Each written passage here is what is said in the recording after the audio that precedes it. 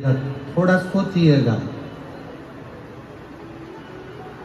कि दक्ष प्रजापति की पुत्री है सती मैया। दक्ष प्रजापति की बेटी है माता सती और दक्ष प्रजापति की पुत्री माता सती है। जब दक्ष प्रजापति की बेटी होकर, इतने विद्वान की बेटी होने के बाद में, इतने सत्ताधारी की पुत्री होने के बाद में, इतने वैभवपति की बेटी होने के बाद में, जरा विचार करिए, उन्हीं के घर में, उन्हीं के यज्ञ में बेटी अपने शरीर को छोड़ रही,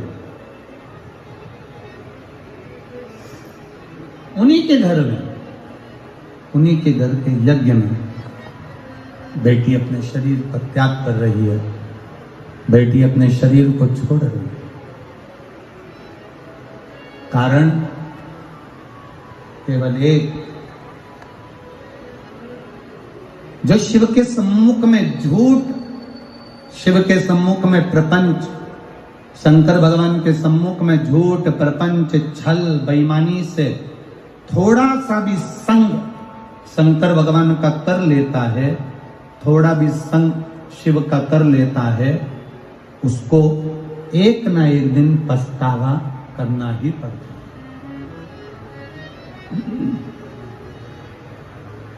एक बात अपने भीतर उतारिएगा, बहुत ध्यान से अपने अंदर एक बात को उतार कर रखिए। शिव के मंदिर जाओ, शंकर जी को जल चढ़ाओ, शंकर के मंदिर में जाकर जल समर्पित करो, बेलपत्र समर्पित करो, मना नहीं है। पर एक बात अपने भीतर उतार कर रखना कि शंकर भगवान को अगर जल समर्पित कर रहे हो, शिव जी को जल चढ़ा रहे हो, शंकर भगवान की आराधना कर रहे हो, शिव अर्चना कर रहे हो, तो उसमें ना तो तुम्हारा दिखावा होना चाहिए, ना तो तुम्हारा कोई दिखावा, और ना उसमें कोई तुम्हारा झूठ, ना कोई उसमें प्रपंच हो, और ना उसमें कोई छल। आप जाओ शिव के दरवाजे पे, आप वो अधिक मास में क्या दान करते हैं? अधिक मास में किस चीज का दान किया जाता है? मालपुए का दान करते हैं। अरे बोलो तो जम के, कितने मालपुए करते हैं? 33 मालपुओं का दान होता है। 30 मालपुए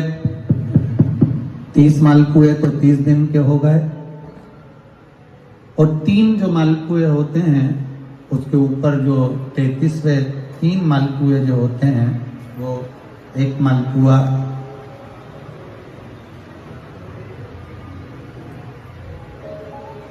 तैतीस मालपुए में से 30 मालपुए 30 दिन के, और 31वां नंबर का जो मालपुआ होता है, वो हमने अगर हमारी बेटी के घर का कोई अन्न पाया हो,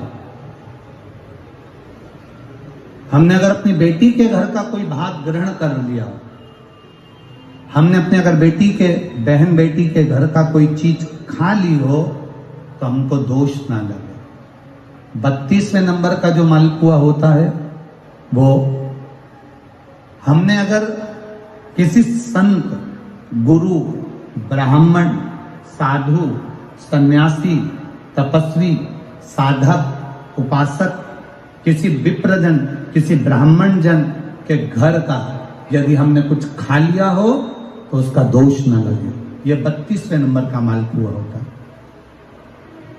और 33वें नंबर का जो मालपुआ होता है, हमने किसी के घर का सूतक या सावड़ का खा लिया हो। सूतक सावड़ से मतलब है किसी के यहाँ कोई समाप्त हो गया, कोई शांत हो गया, आपको स्मरण में नहीं है, मालूम नहीं है, और आपने उसके घर का पानी पी लिया, उसके घर का भोजन ग्रहण कर लिया, या उसके घर का कुछ खा लिया।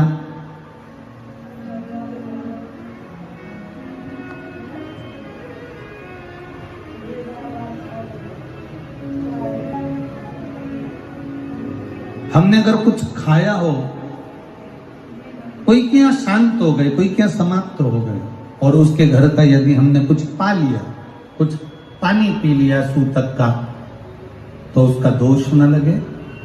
और यदि सावड़ में, सावड़ से मतलब है कि घर में बच्चा हुआ, संतान हुई, बेटा बेटी हो गए, बच्चे हो गए, और उनके यहाँ सावड़ लगी हुई थी, इतने दिन का उनके यहाँ पर सावड़ था, उसके घर का यदि हमने अन्न खा लिया या पानी पी लिया या हमने कुछ ग्रहण कर लिया तो दोष ना लगे। इसलिए हमारे सनातन धर्म में 33 मालपुओं का वर्णन है, 30 दिन के तो वो और 3 वो।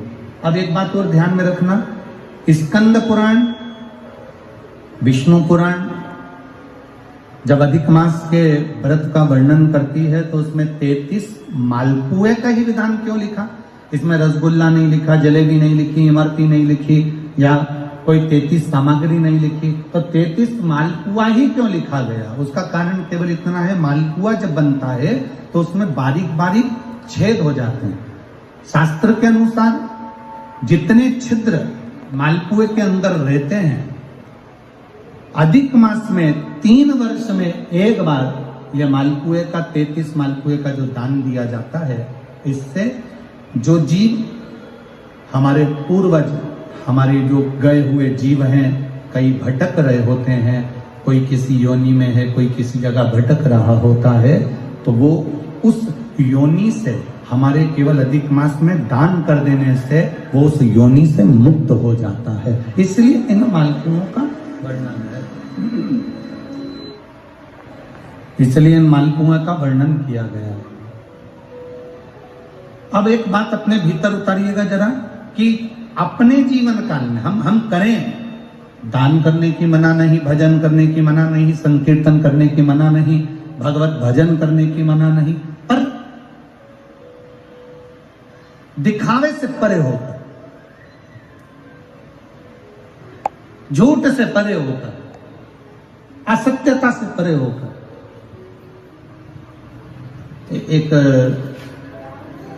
बेटी आई है जिसने कोई संकल्प था जिसका पूरा हो गया है, तो वो 10 किलोमीटर दूर से दंडवत करती करती यहाँ पर कथा के पंडाल में आई है।